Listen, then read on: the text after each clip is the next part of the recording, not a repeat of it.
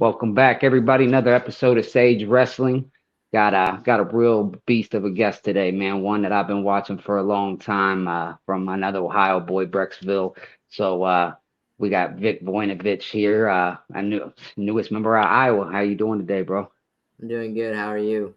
Not too bad, man. I appreciate you taking the time, joining the show, and just working with me to make it happen, big guy.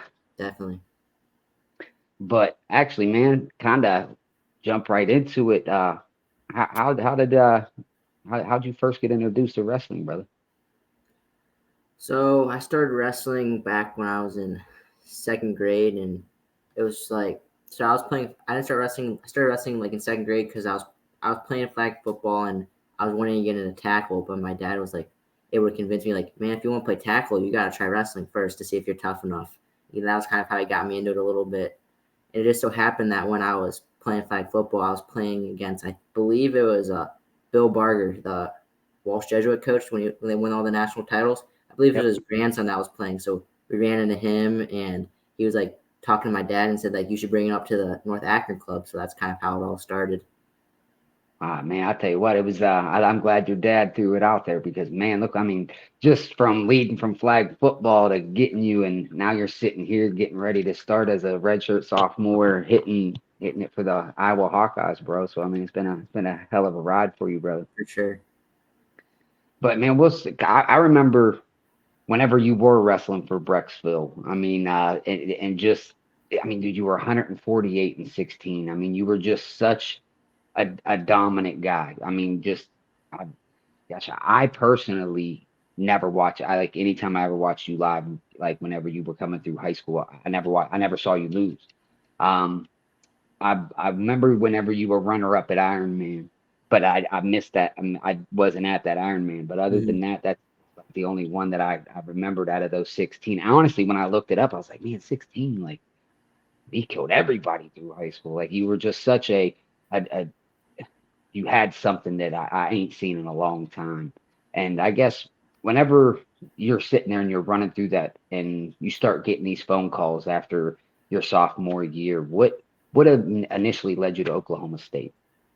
Um, I kind of grew up. Well, one of the like volunteer assistant coaches at Brecksville that helped out a lot went to Oklahoma State, so he was always bringing in different guys to do clinics, having us go out to do clinics with them. So he kind of started on my way to like starting like Oklahoma State wrestling. I was a fan of them when I was younger a little bit, and kind of got to know them that way. And then when the recruiting process started, I already kind of was familiar with them a little bit, so it's kind of like that comfortability kind of.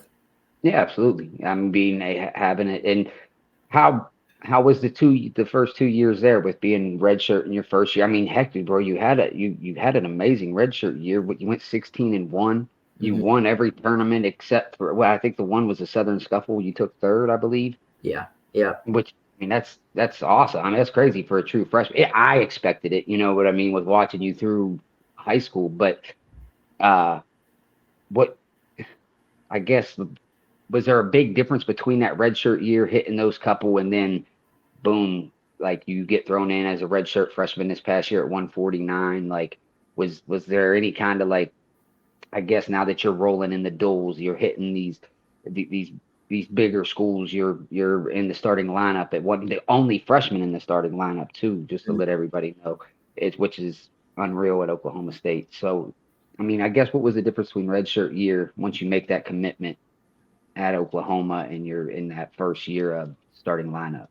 Well, yeah, like obviously that first year, that redshirt year, it's mostly just you're going to opens. You wrestle. I think I wrestled 4 or 5 opens, so I only did 4 or 5 competitions. The then the transition to like when you're my redshirt freshman year, like the next year, I'm wrestling every week and I'm making weight every week. Have a top wrestler almost every week. So it's just that transition from I maybe make weight every couple weeks, wrestle in a tournament, maybe not have the best competition, to where I'm making weight every week and wrestling a tough guy every weekend.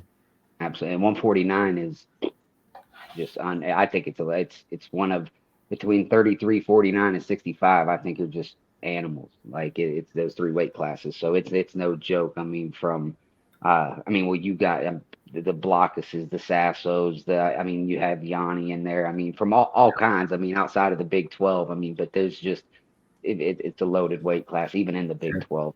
So, but I mean, I feel like as a freshman, bro, you did really well. I mean, you qualified for the NCAA's. What was that like for you? The first time stepping into the NCAA's, man, coming from Ohio, Brecksville boy, doing your thing all through high school, uh, and then finally getting to that big stage. What was that like this past March? Yeah, it was definitely an awesome experience because as a kid, been watching this tournament since I started wrestling. So it's something that I've obviously dreamed of wrestling in since I was a little kid. So being in it was definitely a cool experience. It didn't necessarily end the way I would have liked it to. I would have wanted to become an All-American, but it showed me things that I can be working on in the future. And it was just a cool opportunity to wrestle in front of fans and have like my high school coach, Todd Haver, was there. So I got to see him and talk to him a little bit. And Like a it was just Jedi, a bro. cool overall experience. That's awesome, man. And it is, and that's what I'm really like. I felt it was just kind of like surreal to see you, like from going to the state tournament, watching you do your thing, and then sitting back. Like meanwhile, like I don't know you from Adam, but just like you watch somebody for so long, like I don't, and you've rooted for him, you've been a fan of him, and just winning, going to new who's number one, and going and watching you win the two state titles, and just it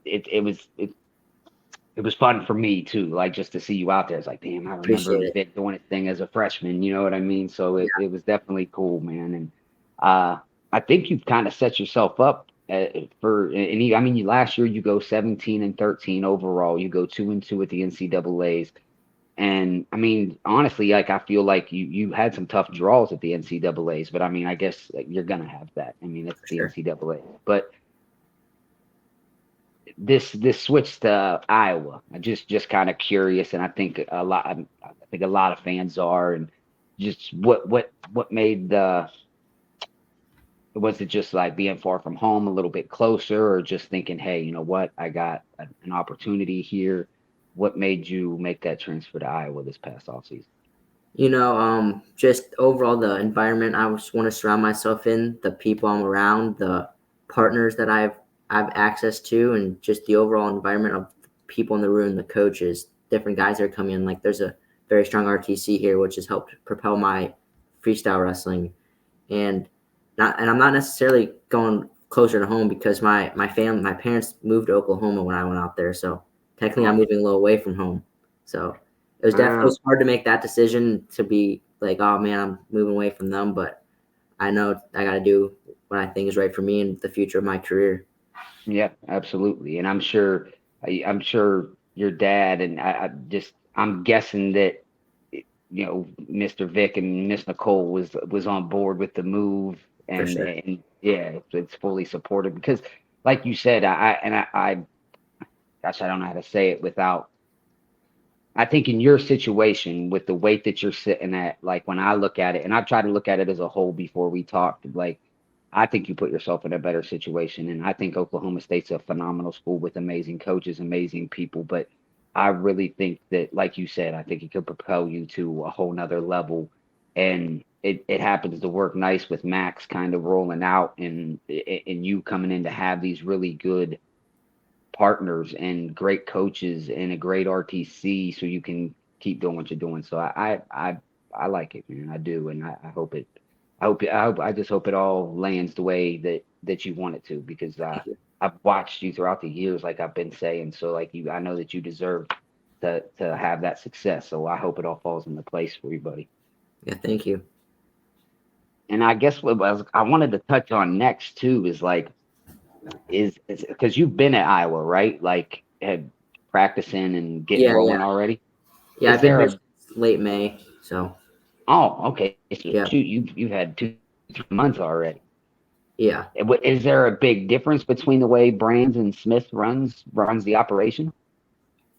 There's differences obviously, but then there's also similarities.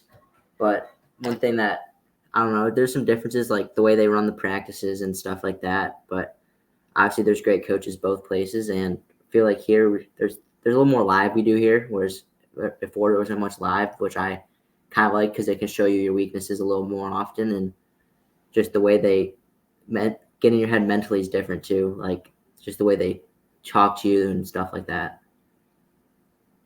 for sure. I would I'd love to like just see the way that they work.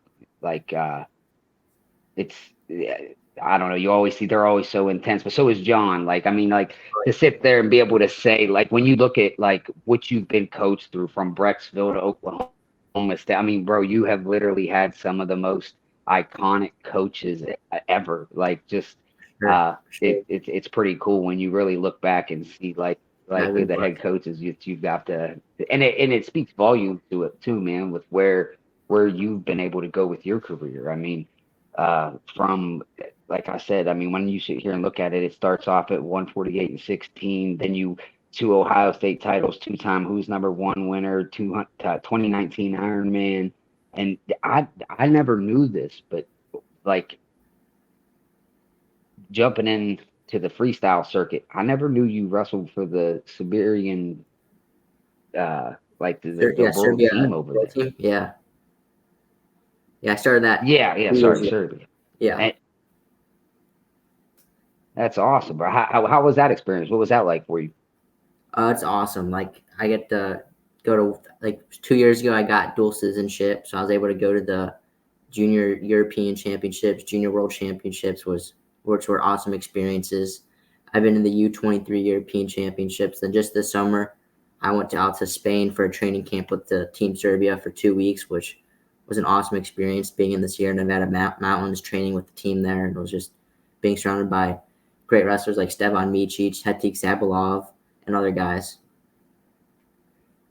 Yeah, because that was I got to digging into it and I was like, man, like I've never I you've always been a dog at freestyle. I mean, like, but I just never knew that you did it. I was sitting there and I wrote it down because I was just like, what? He did this? Like that's crazy. How'd I miss that? But uh, are you? What's the plan for the future? Like when it comes to freestyle, like are you wanting next year kind of like U23 type deal, or are you gonna try to go for Paris or and try to get on an Olympic team? Or are you just kind of focusing, hey, let's take care of Iowa and focus on our folk style career?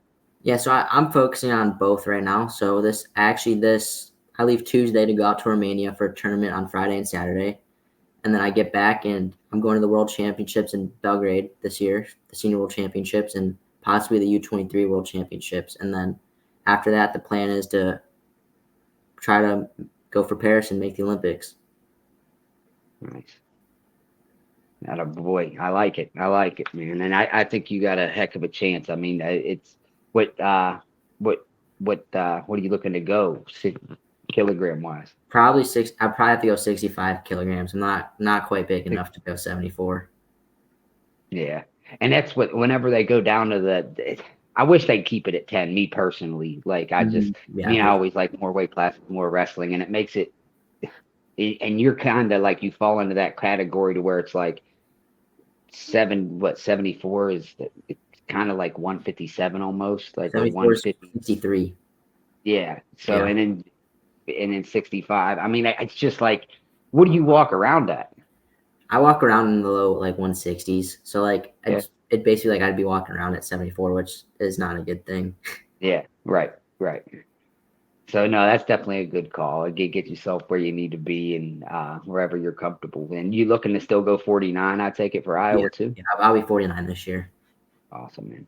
I think I mean that's why I loved the move in itself because it was like, plug and play. You know what I mean? Like Iowa Mhm. gets a dog and with Max, like I said, heading out, like you coming in, it was just it made sense. It made sense for everybody. I feel like both ends had to walk away happy with it. And as a fan, I know that I am, bro, because now I get to watch you every day on the Big Ten Network. So For like sure. For sure.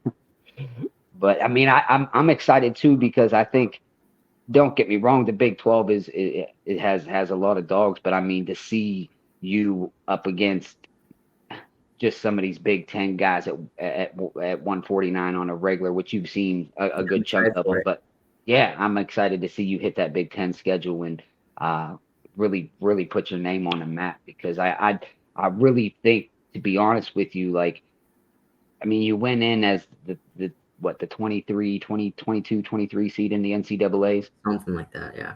Yeah, and at the end of the day, like not that them seeds mean anything, but like with me knowing and watching you throughout your career, like I just feel like this is a way for Dick Voinovich to put his name on the map and be like, man, like I think you're gonna put like a lot of people in like, yo, who is this cat? Like, why is he coming to Penn State when we're walking over our 49? Or why is he coming to Ohio State? And I don't know who. I think D'Amelio is going 49 for him this year, who's an absolute animal. So like, it's gonna be fun. Did you guys ever see each other in high school?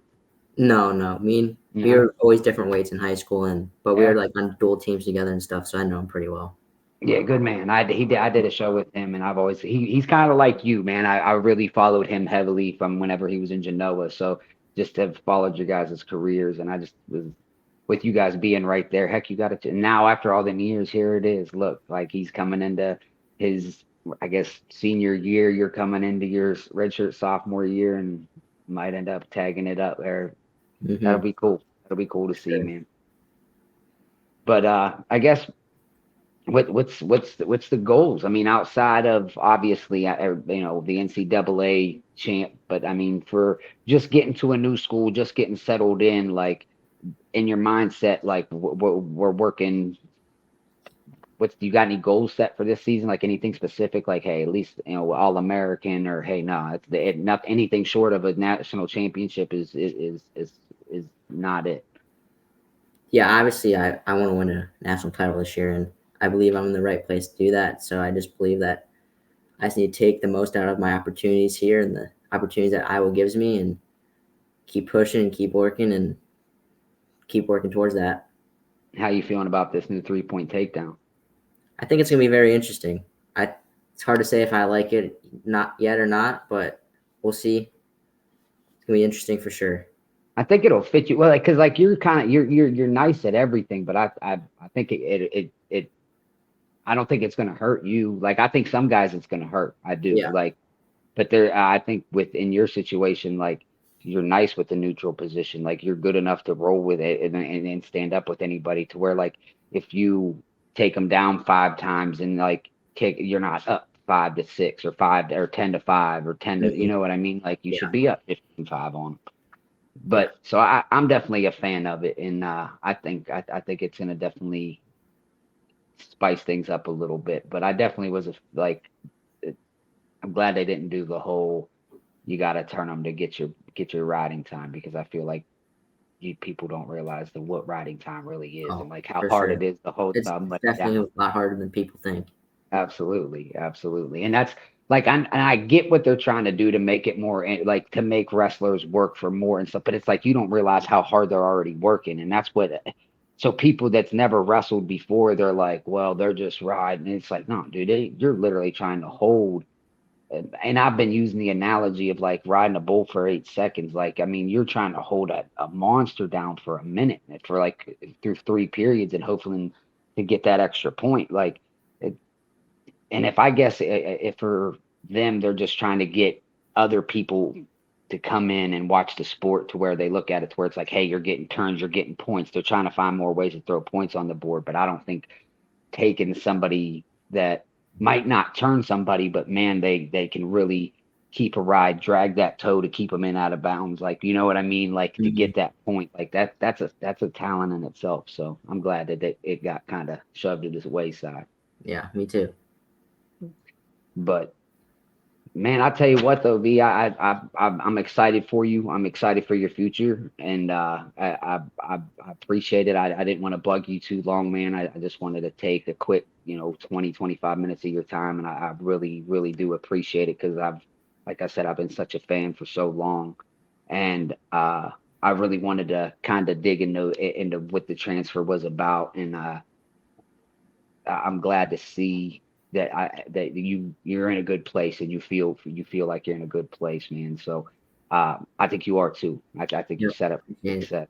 How's your little brother doing, man? Is he getting these phone calls too? He's doing good. Yeah, he's getting some calls. He's still dealing with all the recruiting stuff and just putting the work in and trying to become the best version of himself he can be.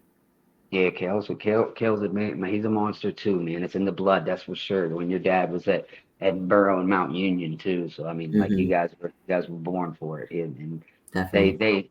they they seem like they raise good kids, man. So I appreciate it, and I appreciate you taking the time, and even them tell them the thank you because they seem like they raised a hell of a boy, man. And I hope you go get that national title, and I Thank wish you. you the best of luck, man, because I'll be watching for you on that Big Ten network, and I hope everything that you want comes your way, big man. And as much as I've ever watched you work, I think you're gonna get it.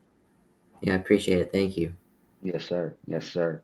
And I'll tell you what, though, man. Once you do, and you get them, whether it's the Olympic dreams or the national title, let's link up again, man, and Sure. let's run this back one time and Yeah, definitely. see how things are going at Iowa for you. Definitely will do.